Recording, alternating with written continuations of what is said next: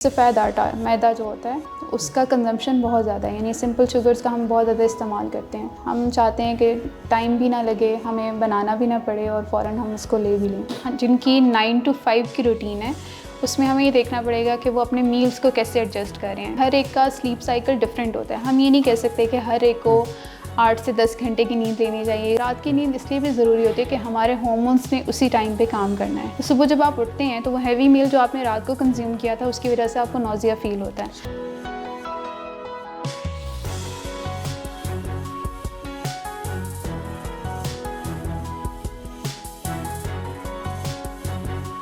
अस्सलाम वालेकुम नाज़रीन, शेयरिंग ऑफ प्रोफेशनल विजडम के साथ मैं हूं आपका मेज़बान अली रहमान खालिद।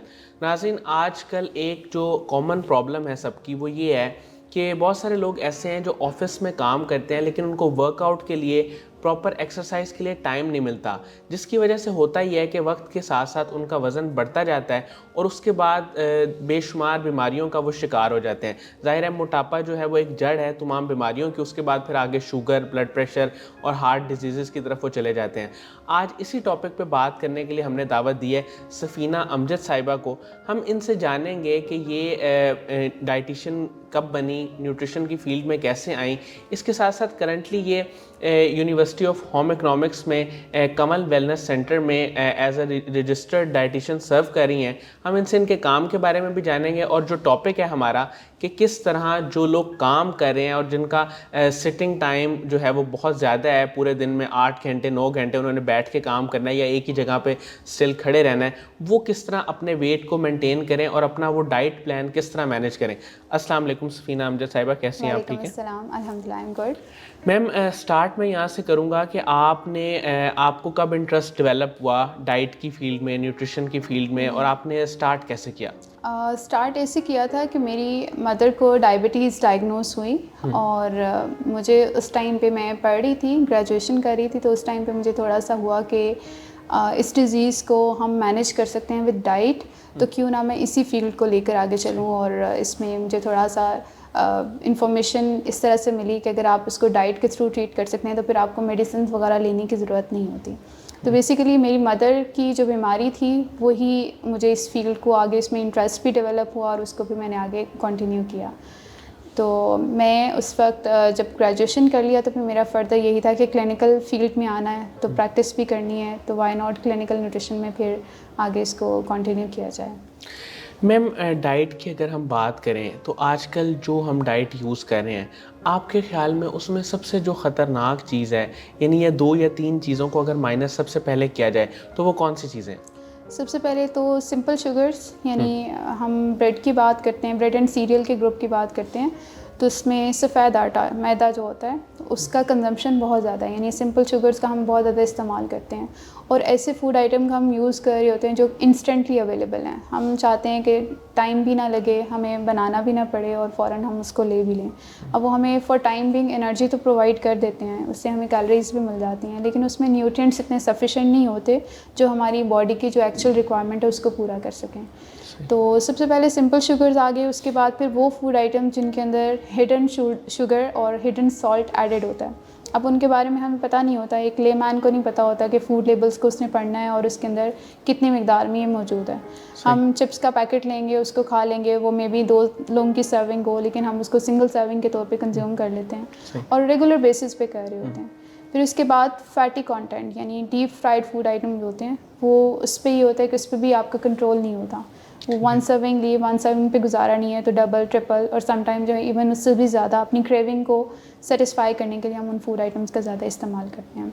अच्छा मैम, जो लोग काम करते हैं 9 to 5 जॉब करते हैं, उनके लिए बड़ा चैलेंज है कि वो 5, 6, 7 बजे जब ऑफिस से घर जाते हैं तो वो जाके थोड़ा रेस्ट करते हैं, रेस्ट करने के बाद वो अपना फैमिली टाइम स्पेंड करते हैं, तो वो किस तरह कोई वर्कआउट करें, किस तरह कोई एक्सरसाइज करें।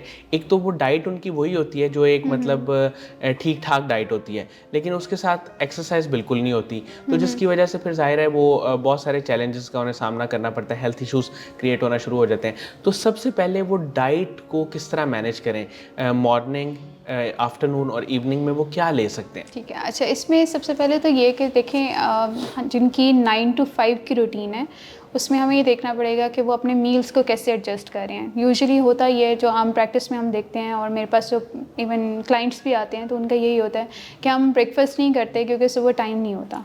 तो सबसे पहली बात आती है कि हमने टाइम को कैसे मैनेज करना है। आपको ये पता है कि आपकी ऑफिस की टाइमिंग फ़िक्स है, तो आप अपने मील्स को कैसे एडजस्ट कर सकते हैं।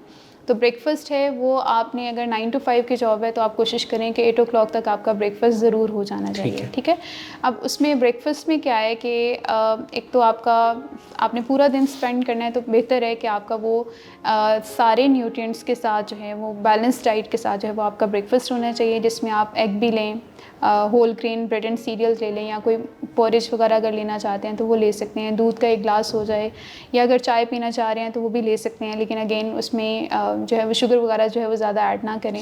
और इसके अलावा नट्स जो हैं वो लिए जा सकते हैं, या एक फ्रूट की सर्विंग जो है वो हो सकती है।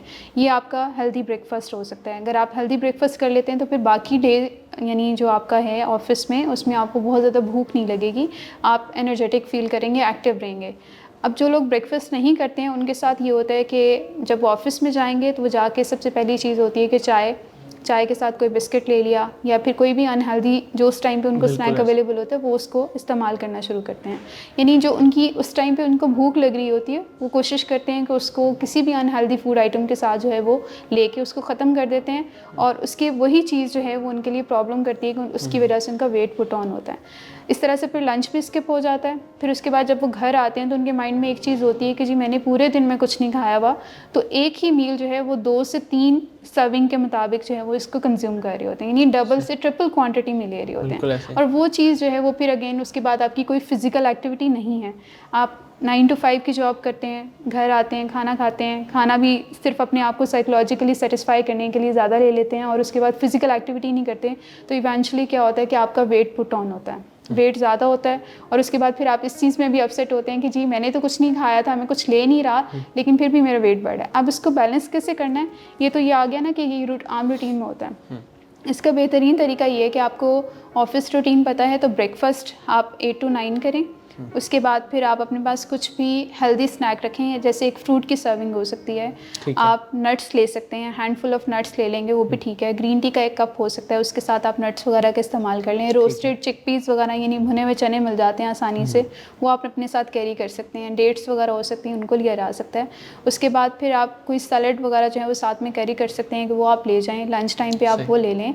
वापस आएँ, आके जो है वो दूध का 1 कप या दही का 1 कप जो है वो लिया जा सकता है, उसके साथ कोई भी फ्रूट की सर्विंग ले लें। उसके बाद फिर आप अपना प्रॉपर डिनर करें। डिनर के बाद आप कोशिश करें कि कम से कम आधे पौने घंटे की आपकी फ़िज़िकल एक्टिविटी होनी चाहिए, ठीक है, 45 मिनट्स एटलीस्ट। बाकी उसको फ़िज़िकल एक्टिविटी को किस तरह से मैनेज करना है, उसमें ये है कि 30 मिनट्स की आपकी वॉक हो जाए, ठीक है। स्टार्ट आप उसको रेगुलर वॉक से करें और आहिस्ता आहिस्ता उसको ब्रिस्क पे ले आएँ, और उससे ये होगा कि आपने पूरे दिन में जो कैलोरीज ली हैं या जो भी न्यूट्रिएंट्स वगैरह लिए हैं वो आपके जो है वो अच्छे से आपकी बॉडी में एब्जॉर्प्शन में भी हेल्प आउट करेंगे। तो यही होता है, इसमें एक हम यूज़ करते हैं 3D मॉडल। 3D मॉडल होता है कि इसमें IDU इसको कहा जाता है कि आप इंजेक्शन क्या कर रहे हैं, क्या खाते हैं, उसके बाद डाइजेशन का प्रोसेस कैसे होता है, और लास्ट में आ जाता है कि आप उसको यूटिलाइज़ कैसे करते हैं। तो बेसिकली ये 3D मॉडल इन 3 चीज़ों पे डिपेंड कर रहा है कि जो आप इंटेक ले रहे हैं क्या वो इंटेक ऐसा है कि वो आपको सारे न्यूट्रिएंट्स भी प्रोवाइड करे और उसके मुताबिक आप एक्टिविटी ऑफ डेली लिविंग भी कर सकें। अच्छा मैम, मुझे ये बताइएगा कि स्लीप साइकिल और जो आपकी ओबेसिटी है यानी आपका वेट गेन होता है, इन दोनों का आपस में क्या कनेक्शन है, और आइडियल स्लीप टाइम क्या है जो कि रिकमेंडेड बाय यू, वो क्या होना चाहिए? अच्छा, इसमें ये अगेन ये होता है कि हर एक का स्लीप साइकिल डिफरेंट होता है। हम ये नहीं कह सकते कि हर एक को 8 से 10 घंटे की नींद लेनी चाहिए, 7 to, अगेन वो आपके टाइम पे भी डिपेंड करता है, आपके वर्किंग आवर्स पे भी डिपेंड करता है। अच्छा, स्लीप इसलिए ज़रूरी है कि अगर आप नींद पूरी नहीं करेंगे तो आप बाकी डे जो है वो आपका बहुत ज़्यादा इनएक्टिव रहेगा, मतलब आप लेथार्जिक रहेंगे, फटीग रहेंगे, आपको ऐसा फील होगा कि आज जो है वो आपका माइंड एक्टिव नहीं है, अलर्ट नहीं है, ठीक है, तो फोकस नहीं कर पाते हैं। तो स्लीप इस लिहाज से बहुत ज़रूरी है कि अगर आपकी नींद अच्छी तरह से पूरी हुई है तो आप अलर्ट रहते हैं। अगर नींद अच्छी तरह तरह से पूरी नहीं है तो पूरा दिन आपके माइंड में एक ही चीज़, रात को सोया नहीं तो इस वजह से ये हो गया, इस वजह से मुझसे काम नहीं हो रहा, तो हर चीज़ इफ़ेक्ट होती जाती है। अच्छा, अब इसमें ये आ जाता है कि रात की नींद क्यों ज़रूरी है। रात की नींद इसलिए भी ज़रूरी होती है कि हमारे हार्मोन्स ने उसी टाइम पे काम करना है, ठीक है। डीप स्लीप जितनी अच्छी होगी उसी के मुताबिक आपके बॉडी के न्यूट्रिएंट्स हैं वो अच्छे से, मतलब जो आप न्यूट्रिएंट्स वगैरह ले रहे होते हैं वो अच्छे से आपके वर्क कर सकते हैं, अच्छी तरह से एब्जॉर्प्शन हो सकती है। और अगर आप नहीं लेते हैं, नींद पूरी नहीं होती, रात को खाना भी लेट खाया हुआ है, नेक्स्ट डे जब आप उठते हैं तो उस टाइम पे फिर आपको ऐसा फ़ील हो रहा होता है कि जैसे कुछ डाइजेस्ट नहीं हुआ, इंडाइजेशन के इश्यूज़ काफ़ी आ जाते हैं। तो इसलिए ज़रूरी है कि नींद आपकी 6 to 7 आवर्स एटलीस्ट ये ज़रूर पूरी होनी चाहिए। आइडियल टाइम यही है, रात को 11 से 12 के दरमियान आप सो जाएँ और सुबह जो वही 6 से 7 के दरमियान आपकी जो ऑफिस रूटीन के मुताबिक है उसके मुताबिक आप अपनी नींद पूरी करके उठें। मैम, अक्सर बच्चों में जो स्कूल गोइंग है या कॉलेज गोइंग है उनमें ये प्रॉब्लम जो है ना वो माँ बाप को काफ़ी फेस करनी पड़ती है। हम भी देखते हैं कि वो ना मॉर्निंग में वो कहते हैं कि हमें भूख नहीं लगी। जब उन्हें कोई हेल्दी नाश्ता दिया जाए या कोई अच्छी सी उसमें पराठा या कोई चीज़ हेल्दी उनके सामने रखी जाए तो वो खाते नहीं हैं, और वही चीज़ें या कोई बर्गर या फास्ट फूड जब शाम में वो बहुत ज़्यादा कंज्यूम कर लेते हैं, मॉर्निंग में उनको जो भूख नहीं लगती, इसकी क्या वजह है और इसको कैसे ट्रीट किया जा सकता है? अच्छा, इसकी वजह ये है कि रात का जो आपका खाना था वो बहुत लेट था, या फिर अगर आपने जब रात को खाना खाया तो उसके बाद आपने कोई फ़िज़िकल एक्टिविटी नहीं की कि वो खाना आपको डाइजेशन, मतलब सही तरह से उसकी डाइजेशन हो पाती। तो सुबह जब आप उठते हैं तो वो हैवी मील जो आपने रात को कंज्यूम किया था उसकी वजह से आपको नौजिया फ़ील होता है। अच्छा, अब उसको ट्रीट करने का ये तरीका है कि सबसे पहले आप ये कि रात का जो खाना है आपका वो कम क्वांटिटी में होना चाहिए as compare to your 2 other meals, यानी ब्रेकफास्ट और लंच से थोड़ा कम क्वांटिटी में आपने डिनर लेना है, ठीक है। अब सुबह उठे हैं तो उस टाइम पे आपको ऑटोमेटिकली भूख लगेगी अगर आपने रात का इंटेक कम रखा होगा। रात को ज़्यादा खाया तो सुबह भूख नहीं लगेगी, वो नौजिया फ़ील करेगा, वो सामने फूड भी पड़ा होगा तो उसको देख के भी आप नौजेटिक फ़ील करते हैं कि जी ये इतना हैवी मील है, ये कैसे लिया जाए। अच्छा, अगर बच्चा जो है मतलब उसको पराठा या फिर इस तरह की कोई भी हैवी चीज़ देख के नौजिया फ़ील हो रहा है तो बेहतर है कि उसको ऐसे फूड आइटम जो हैं वो ऑफ़र किए जाएँ जो उसको फॉर टाइम बिंग जो है वो एनर्जी भी दें और न्यूट्रिएंट्स भी दें। जैसे डेट्स दी जा सकती हैं, दूध का आधा कप या उसके अंदर जो है वो डेट्स वगैरह जो है वो मिक्स करके ये एक शेक सा बना के, ये स्मूदी बना के दिया जा सकता है। योगर्ट दिया जा सकता है। उसके अलावा उनको जो है हम ये कह सकते हैं कि ड्राई क्रैकर वगैरह होते हैं वो ले लें, तो उससे जो है उनका नौजिया बेटर हो जाएगा। जैसे ही वो थोड़ा बेहतर फील करें तो फिर उनको प्रॉपर एक मील जो है ब्रेकफास्ट वो उनको ऑफ़र किया जा सकता है। मैम, वाइटामिन्स की डेफिशिएंसी जैसे विटामिन डी की वो बहुत कॉमन है पाकिस्तान में तमाम लोगों में, तो इसकी वजह क्या है और इसका हल क्या है कि विटामिन डी किस तरह लेना चाहिए? नेचुरली इसका क्या रेमेडी है कि अगर किसी में कमी है, किसी ने टेस्ट करवाया उसमें आ गया है तो वो फिर क्या करे? अच्छा, पाकिस्तान में ये है कि वैसे तो हमारे पास अबंडेंट अमाउंट में है अल्ट्रावायलेट रेज़, यूवी रेज़ जो कहलाती हैं, उससे हमें बहुत अच्छी जो है क्वांटिटी में मिल सकता है विटामिन डी। अगेन वही बात है कि हमारे माइंड में एक चीज़ होती है कि हम धूप में जाएंगे तो रंग काला हो जाएगा, ठीक है। तो हम इस वजह से इस चीज़ को बड़ा अवॉइड कर रहे होते हैं, और उसकी भी वैसे स्पेसिफिक टाइमिंग होती है कि अर्ली मॉर्निंग, मतलब आप तकरीबन 7 से 8 के दरमियान जो है वो अगर आप लेते हैं, और कुछ इलाकों में जो है वो 7 to 12 का टाइम भी होता है, तो उसमें अगर आप विटामिन डी ले लेते हैं डायरेक्ट सनलाइट से तो वो आपको बड़े अच्छी, मतलब आपकी जो रिक्वायरमेंट होती है बॉडी की वो पूरी हो जाती है। लेकिन लेट्स से कि हम उसको नहीं ले पाते हैं तो उसके लिए फिर सप्लीमेंट्स भी अवेलेबल हैं, और कुछ फूड आइटम हैं, फूड आइटम बहुत कम क्वांटिटी में हैं जो कि हमें विटामिन डी प्रोवाइड कर रहे होते हैं। तो कुछ सप्लीमेंट्स होते हैं, कुछ जो विटामिन डी डेफिशिएंट है उनको हमें सप्लीमेंट्स रिकमेंड करते हैं, और जिनका थोड़ा सा इनसफिशेंट होता है तो उसमें हम उनको फूड रिकमेंड कर देते हैं कि आप डेली डाइट में कोशिश करें कि ऐसे फूड आइटम कंज्यूम करें जो कि आपको कुछ क्वांटिटी में विटामिन डी प्रोवाइड करें। बच्चों में अगर देखा जाए तो उनके फोर्टिफाइड सीरियल्स वगैरह आते हैं, वो उनको दिए जा सकते हैं, उससे जो है उनकी रिक्वायरमेंट पूरी हो जाती है। मैम, कासिम अली शाह फाउंडेशन और कासिम अली शाह साहब के काम को आप कैसे देखती हैं?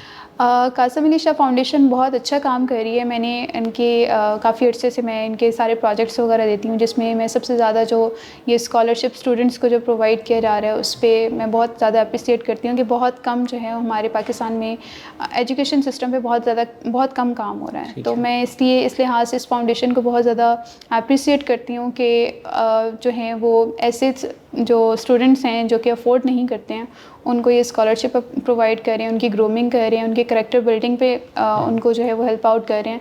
तो इस लिहाज से बहुत अच्छी फाउंडेशन है, और सर बहुत जो है अच्छा काम कर रहे हैं और नेकियां कमा रहे हैं। Thank you so much Safina Amjad साहिबा, आपने हमारे लिए टाइम निकाला और Thank इतनी you so अहम much. गुफ्तगू की। नाज़रीन, मुझे उम्मीद है कि इनकी गुफ्तगू से आपको बहुत फ़ायदा हुआ होगा। ख़ास तौर पे जो इन्होंने डाइट में चीज़ें बताई कि कौन कौन सी हेल्दी चीज़ें आप यूज़ कर सकते हैं जिससे आपका वेट भी गेन ना और आपको एनर्जी भी मिले। इसके साथ ही इजाज़त दीजिए, इंशाल्लाह दोबारा हाज़िर होंगे एक नए इंटरव्यू के साथ। अपना बहुत ही ख्याल रखिएगा। अल्लाह हाफ़िज़।